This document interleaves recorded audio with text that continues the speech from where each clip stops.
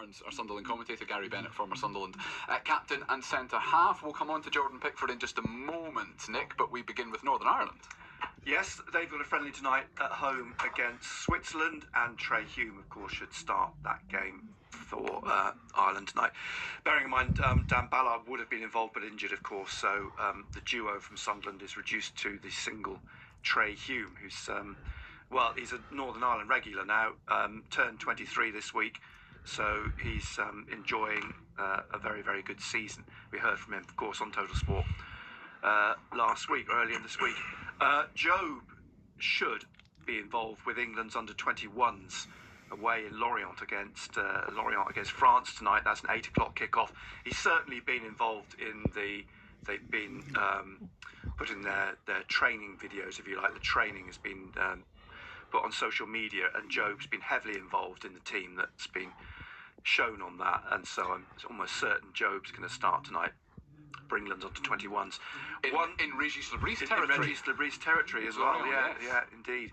And just so unfortunate that Dennis Serkin has missed out on that opportunity because of his injury.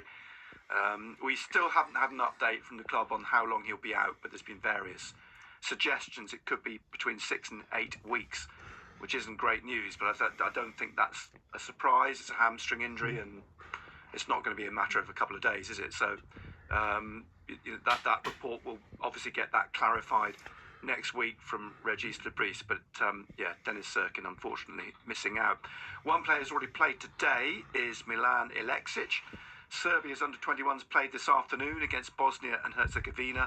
Serbia won 2-0. The match was played in Antalya, and Aleksic played for 70 minutes in that victory. Just one on Trey Hume, Benno, before we move on to Jordan Pickford. One of Sunderland's best players so far this season? Well, he has been, and me and Nick will go back to the day when he actually knocked on the door,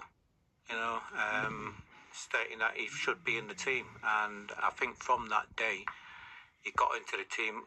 He's not let anybody down. I mean, you talk about that knocking on the door moment, and he spoke last week actually about the fact that yes, he went and pushed on that door. He's been very sort of ambitious in the sense that he's not one to sit back. He's not a shy bear, and he was on the verge of actually going out on loan when Tony Mowbray was sacked. Alex Neil came in, and Alex Neil actually gave him his break, if you like, and the rest is history. It's just as well he's performed so well because there isn't a huge amount of right back cover, but he has. I mean, I don't know who would have come in and provided competition for that because he has. He's one of the first names on the team sheet now. He is indeed, and credit to him.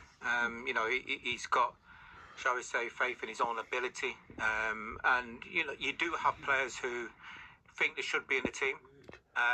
And you do have these conversations, you do have them knocking on the manager's door, and then when it does open, then it's a case of go and show us what you can do. And I think since he's got into the team, he's just developed. He's a full international now, always first on the list. He's always first on the team sheet for Sunderland as well. And you start talking, what will he cost now if they sold him? You're talking about a player who'd have got for next to nothing from Ireland. He's come in, nobody knew much about him, but all of a sudden, he's there. And you've got to say, the crowd loves him. You know what you're going to get out of Trey Hume. And I think he's just somehow a typical sort of Sunderland player. He loves the 50-50. That's his trademark. Even Regis Lebris loves the crowd when they chant "Whom." Yeah. He's remarked on that as his trademark. But I mean, the one thing about him is he's robust. He doesn't pick up injuries. The proof of his robustness, if you like, is he's picked up 10 yellow cards now this season. So but he's that he's a warrior, if you like, footballing warrior. But I think it's interesting that there are players that seem to sail through without picking up injuries. Job's another one. And there are others like Dan Ballard, Dennis Serkin, you could argue, who are less robust. But equally, if they can keep them fit, they're first choice on the team sheet.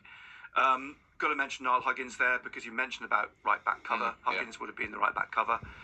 Unfortunately, there's another season, lost to Huggins. Hopefully, the pre-season he comes back and offers that competition. I did think in the January transfer window, right back for me would have been perhaps an area that they would have looked to try and strengthen.